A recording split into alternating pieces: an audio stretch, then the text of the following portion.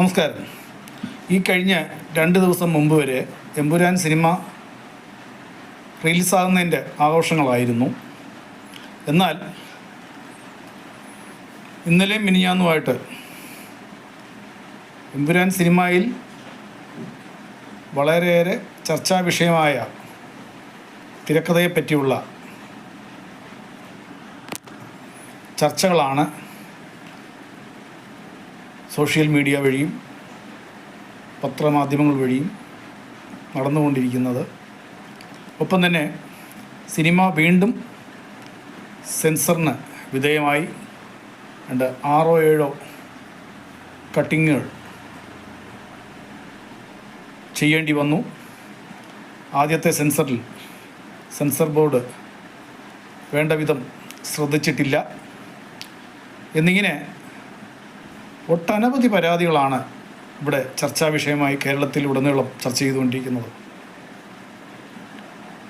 എന്നിരിക്കെ ദീപം FIS ചാനലും കൂടി അതിൻ്റെ വ്യക്തമായ അഭിപ്രായം പ്രേക്ഷകരെ ഇവിടെ രേഖപ്പെടുത്താം എന്നാഗ്രഹിക്കുന്നു.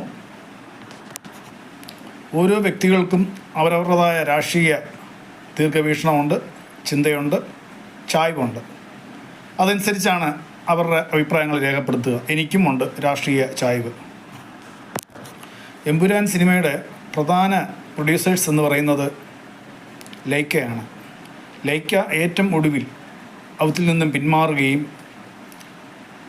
ആ കൂട്ടത്തിൽ തന്നെ സാമ്പത്തിക പ്രതിസന്ധി നേരിടുകയും ചെയ്തു എന്ന വാർത്തകളൊക്കെ ഏതാണ്ട് 2 മാസം മുന്നേ തന്നെ നമ്മൾ അറിഞ്ഞതാണ്. അന്നേരം തന്നെ എനിക്ക് ബലമായ സംശയമുണ്ടായിരുന്നു. കാരണം ഒരു സൂപ്പർ സ്റ്റാറിൻ്റെ സിനിമയിൽ നിന്നും അവസാന നിമിഷം പിന്മാറുക എന്ന് പറയുന്നത്, ഒരു പ്രധാന നിർമ്മാണ കമ്പനി പിന്മാറുക എന്ന് പറയുന്നത് അതിൻ്റെതായ തക്കതായ കാരണങ്ങളുണ്ടാകും. കാരണം കഥ, തിരക്കഥ ഒക്കെ അവർ വായിച്ച് ബോധ്യപ്പെട്ടിട്ടാണല്ലോ ഇതിൻ്റെ കരാർ അഗ്രിമെൻ്റ് വെച്ച് ഇതിൻ്റെ ഷൂട്ടിംഗ് ആരംഭിക്കുന്നത്. എന്നിരിക്കെ ഏറ്റവും അവസാനം ഇവർ പിന്മാറുക എന്ന് പറയുന്നത് സത്യത്തിൽ അതിൽ എന്തോ ഒരു ദീർഘവീക്ഷണത്തിൽ എന്തോ ഒരു ദുരിതം അവർ മുൻകൂട്ടി കണ്ടിരുന്നു എന്നാണ് എനിക്ക് നേരത്തെ തന്നെ സംശയം തോന്നിയത്. കാരണം അറിയാമല്ലോ, നമുക്ക് ഏതൊരു സിനിമയാണെങ്കിലും ചെയ്തു വരുമ്പോൾ, അതായത് കഥ, തിരക്കഥ സ്ക്രിപ്റ്റിൽ കാണുന്നതല്ല സ്ക്രീനിൽ വരുന്നത്. ഉദാഹരണത്തിന് നമ്മൾ സ്ക്രീനിൽ 3 മണിക്കൂർ നീണ്ടു നിൽക്കുന്ന ഒരു സിനിമയാണ് കാണുന്നെങ്കിൽ അത് ആക്ച്വലി ഷൂട്ട് ചെയ്യുന്ന 6 മണിക്കൂറത്തെ വിഷ്വൽസൊക്കെ ആയിരിക്കും.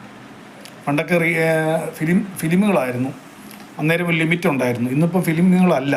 അപ്പോൾ അതുകൊണ്ട് അവർക്ക് എന്തോരം